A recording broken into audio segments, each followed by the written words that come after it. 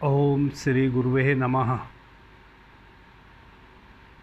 प्रणाम मित्रों, जय श्री राम। प्रणाम गुरुजी। प्रणाम। गुरुजी, मैं जब भी अस्तित्व से प्रार्थना करती हूँ तो वो मेरी पूरी होती है। जब मैं कुछ भी सच्चे दिल से भगवान से प्रार्थना करती हूँ तो वो 100% मेरी पूरी होती है, पर मुझे ये नहीं पता कि वो पूरी होती कब है असल में। तो मैं इसका विज्ञान जानना चाहती हूँ, कैसे अस्तित्व हमारी प्रार्थना सुनता है और किस समय हमें प्रार्थना करनी चाहिए। बहुत अच्छा प्रश्न है आपका। हम इस अस्तित्व के हिस्से हैं। पहले तो हम यह समझ लें कि हम अस्तित्व से अलग नहीं हैं। मनुष्य का सबसे बड़ा दुर्भाग्य यह है, अस्तित्व में ही सशरीर है और इस अस्तित्व में ही इस शरीर के विदा होने के पश्चात भी रहेगा।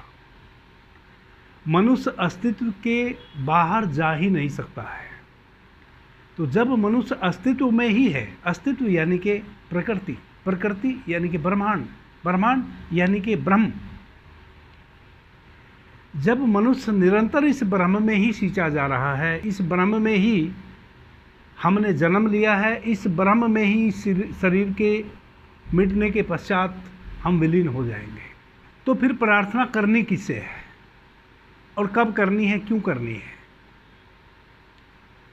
जब हम अस्तित्व के ही हिस्से हैं, जब यह अस्तित्व और हम दो नहीं हैं, हमारा जन्म भी अस्तित्व के द्वारा ही अस्तित्व में हुआ है और जिसको हम मृत्यु कहते हैं वह भी अस्तित्व के द्वारा ही घटित होगी और अस्तित्व में ही होगी। फिर प्रार्थना किससे करनी और प्रार्थना कब करनी, इसका सवाल ही कहाँ उठता है। यह सारे प्रश्न तभी उठते हैं जब हम अस्तित्व से स्वयं को अलग समझते हैं। हमने अस्तित्व से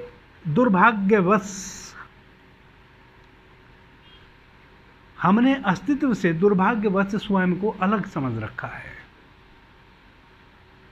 हमारा अस्तित्व के साथ एकाकार नहीं है। इसीलिए इस प्रकार के प्रश्न हमें उठते हैं। प्रार्थना कैसे की जाए, प्रार्थना कब की जाए, किस पद्धति से की जाए कि अस्तित्व हमारी प्रार्थना सुने। आप निरंतर अस्तित्व में ही हैं।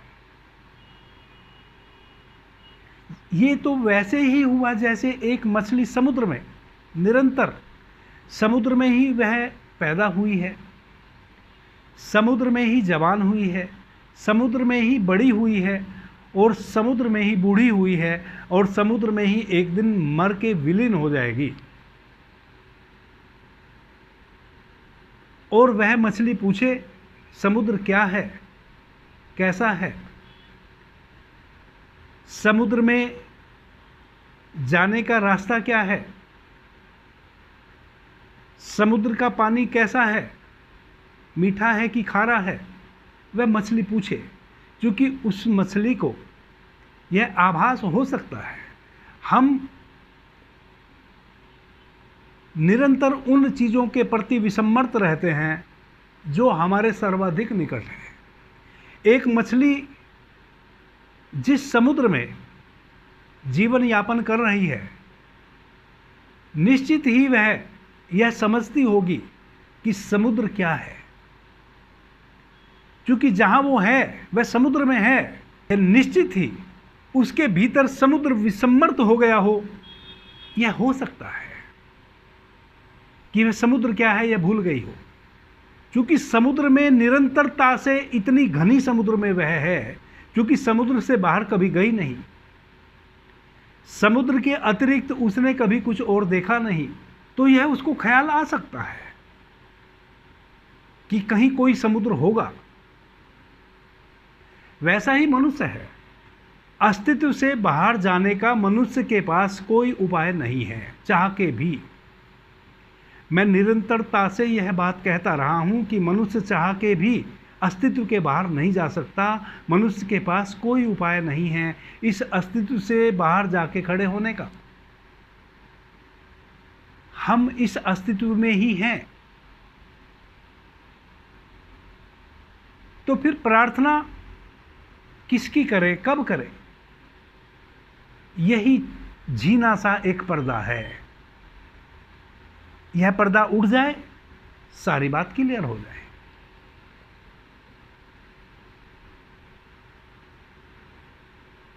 अस्तित्व में जब आप निरंतर हैं तो प्रार्थना भी आप किसी भी समय कर सकते हैं। जब आप निरंतर अस्तित्व में ही हैं तो प्रार्थना करने का कोई समय कैसे हो सकता है? आप किसी भी समय प्रार्थना के क्षण में हो सकते हैं। तो यहां 3 बातें अनिवार्य रूप से समझ लेनी है।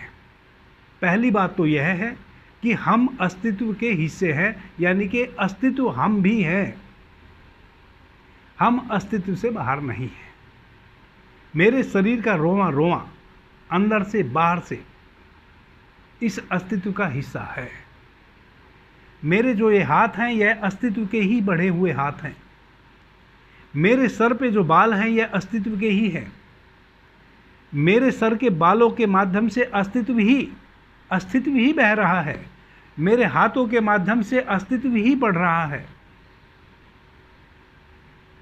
यह अनिवार्य रूप से समझ लेना है। दूसरी बात, जब हम अस्तित्व के हिस्से हैं निरंतरता से,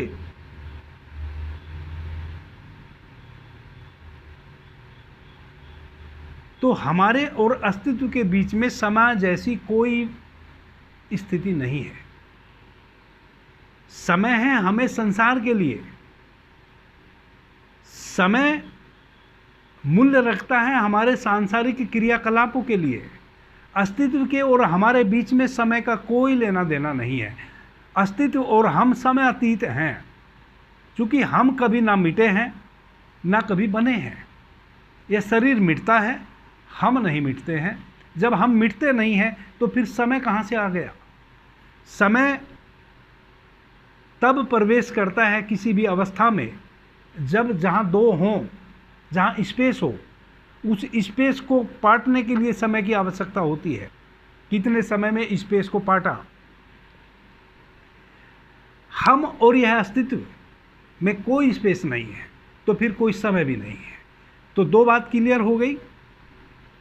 पहली बात यह क्लियर हो गई कि प्रार्थना किसकी करनी?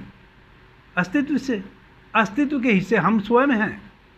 हम भी इस प्रकृति के हिस्से हैं, हम भी अस्तित्व के हिस्से हैं, हम भी इस ब्रह्म के हिस्से हैं। तो पहली बात क्लियर हो जाती है कि प्रार्थना किससे करनी है, हम भी वही हैं। दूसरी बात, किस समय करनी है, यह बात भी गौण हो जाती है, क्योंकि समय का वहाँ कोई लेना देना नहीं है। अस्तित्व में समय का कोई लेना देना नहीं है। तीसरी बात, प्रार्थना कैसे करें? अब यह जो कैसे करें यह भी व्यर्थ हो जाता है, क्योंकि प्रार्थना की ही नहीं जा सकती। किसकी प्रार्थना करें, कब करें और कैसे करें, ये तीनों बात ही गौण हो गई। प्रार्थना की नहीं जा सकती, प्रार्थना में हुआ जा सकता है। अब बहुत गहरे से इस बात को समझने की कोशिश करें। प्रार्थना में हुआ जा सकता है, प्रार्थना की नहीं जा सकती।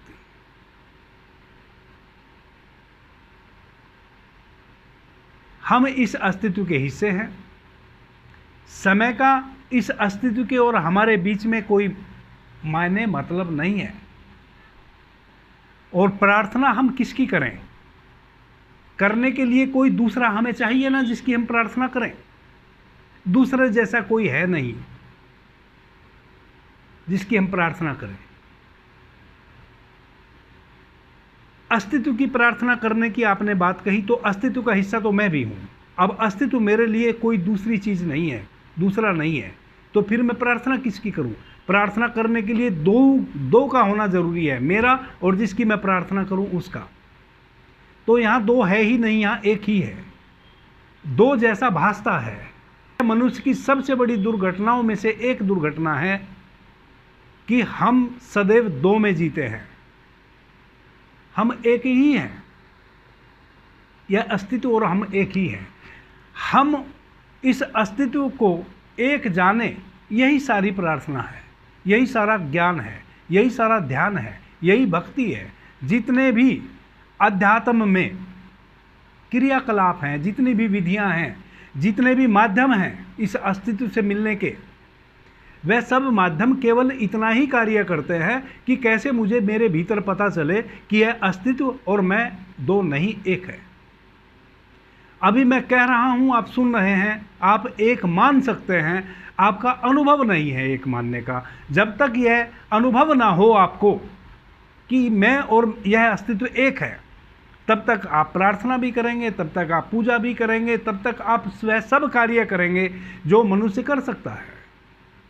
जैसे ही आपको यह ख्याल में आ जाता है कि यह अस्तित्व और मैं एक हैं, असल में तो यही सारी पूजा, प्रार्थना, ध्यान इत्यादि का अंतिम लक्ष्य है। कैसे मैं उस एक को जानूं जो मैं ही हूं, जो घूम के मैं ही हूं। अब प्रार्थना कैसे करें? प्रार्थना करनी नहीं, प्रार्थना में होना है। कैसे होए? अब करने में तो कुछ करना होता है। हाथ जोड़ के बैठेंगे, थाल सजाएंगे, फूल इत्यादि लाएंगे, धूप दीप इत्यादि जलाएंगे, स्नान ध्यान इत्यादि करेंगे, फिर सुबह करें कि शाम करें कि दोपहर करें, समय की व्यवस्था देखेंगे किस समय करें, स्नान करेंगे। तो जब हमें प्रार्थना करनी हो तब तो हमें ये सारे क्रियाकलाप करने पड़ेंगे। लेकिन अगर प्रार्थना में होना हो तब यह कोई भी क्रियाकलाप करने की आवश्यकता नहीं है, ना इसके लिए किसी भी समय की आवश्यकता है, क्योंकि आपके और अस्तित्व के बीच में समय का कोई लेना देना नहीं है। और चूंकि आप और अस्तित्व एक ही हैं, इसलिए किसकी प्रार्थना करें, किसकी पूजा करें? इसलिए पूजा करनी नहीं, पूजा में होना है। होए कैसे, यह असली चीज़ है। और आपने यह भी पूछा है कि कभी कभी जो मैं सोचती हूँ वैसा हो जाता है। यही पूरा विज्ञान है। कभी कभी जब आप सोचते हैं, जो सोचते हैं वैसा हो जाता है। यानी कि जो आपने किया वैसा नहीं हुआ, जो आपने सोचा वैसा हुआ। यानी कि आपके भीतर एक भाव उठा और आप चूंकि इस अस्तित्व के हिस्से हैं, किसी क्षण आप ऐसी अवस्था में आ जाते हैं जब आपकी सुषुम्ना नाड़ी चल रही होती है, आप शांत चित्त मौन होते हैं, किसी भी क्षण बिना किसी प्रयास के। कभी कभी बिना किसी प्रयास के ऐसे क्षण आ जाते हैं हमारे जीवन में जब हमारी सुषुम्ना नाड़ी चल रही होती है, यानी कि हम दोनों नाक से बराबर श्वास ले रहे होते हैं, कोई विचार हमारे भीतर नहीं चल रहा होता है, मन हमारा शांत होता है, निर्विचार की अवस्था होती है। और जीवन के जितने भी झंझावत हैं, जितने भी दुख सुख के अनुभव हैं, किसी एक क्षण दो क्षण के लिए हम उन झंझावतों से मुक्त होते हैं। कोई झंझावत नहीं होता, कोई दुख, कोई सुख, दुख भी विदा होता है, सुख भी विदा होता है। इस बात को मित्रों जान लो, सुख भी एक स्मृति पैदा करता है और दुख भी एक स्मृति पैदा करता है, दोनों ही विचार पैदा करते हैं। अस्तित्व तक आपकी प्रार्थना कब पहुंचती है? जब आप न दुख में होते हैं न सुख में होते हैं, जब ना आपको दुख का विचार सालता है और न सुख का विचार सालता है, जब आपकी सुषुम्ना समरसता बनी रहती है, जब आप सम में होते हैं, दोनों नासा से आप सम श्वास ले रहे होते हैं, बराबर श्वास ले रहे होते हैं। ऐसे क्षण आते हैं और वही वैसे वह क्षण हैं, और वही वह क्षण है जब आपके भीतर कोई विचार, जब आपके भीतर कोई प्रार्थना उठी और अस्तित्व ने उसको सुन लिया। अस्तित्व ने सुन लिया, फिर तो मेरी कही हुई बात गलत हो जाएगी कि अस्तित्व और आप एक ही हैं, क्योंकि सुन लिया इसका मतलब अस्तित्व दूसरा है, नहीं। अस्तित्व में वह आपका भाव, वह आपकी प्रार्थना तरंगायित हो गई, सुना नहीं, तरंगायित हो गई। बोलने के लिए बोल रहा हूं, सुन लिया। वैसा वह क्षण जब घटे, अकस्मात कभी घट जाता है, बिना किसी प्रयास के घट जाता है, कोई प्रयास भी आपने नहीं किया और वैसा क्षण घट गया। उसी क्षण आपके भीतर एक प्रार्थना उठी, कोई भी प्रार्थना, और वह अस्तित्व में तरंगायित हो गई, पूरे अस्तित्व में फैल गई, और पूरा अस्तित्व आपकी उस प्रार्थना को पूरा करने में लग गया। ऐसे कभी कभी आपकी प्रार्थना अस्तित्व सुन लेता है। मैकेनिज्म भी आपको समझ में आ गया होगा कैसे प्रार्थना करनी है, या कहें करनी नहीं, प्रार्थना में होना है। वह कौन से क्षण होते हैं जब आप प्रार्थना में होते हैं, जब अस्तित्व आपकी प्रार्थना को सुन लेता है, यानी कि आप की वैसी अवस्था में उठे हुए भाव तरंगे, वह प्रार्थना के भाव इस अस्तित्व में तरंगायित हो जाते हैं, पूरे अस्तित्व में विसर्जित हो जाते हैं, फैल जाते हैं, और यह पूरा अस्तित्व आपकी उस भावना को अपने में ऑब्जर्व कर लेता है, और यह पूरा अस्तित्व आपकी उस भावना को पूरा करने में लग जाता है। इसको कहते हैं यूनिवर्स के द्वारा आपकी बात सुन के उसको पूरा कर देना। आपको समझ आ गया होगा आप यूनिवर्स से कैसे जुड़े। अभी के लिए इतना ही। आपने मुझे ध्यान से, प्रेम से सुना, उससे मैं बहुत अनुग्रहित हूँ। सभी मित्रों को मेरा प्रणाम, धन्यवाद। जय श्री राम।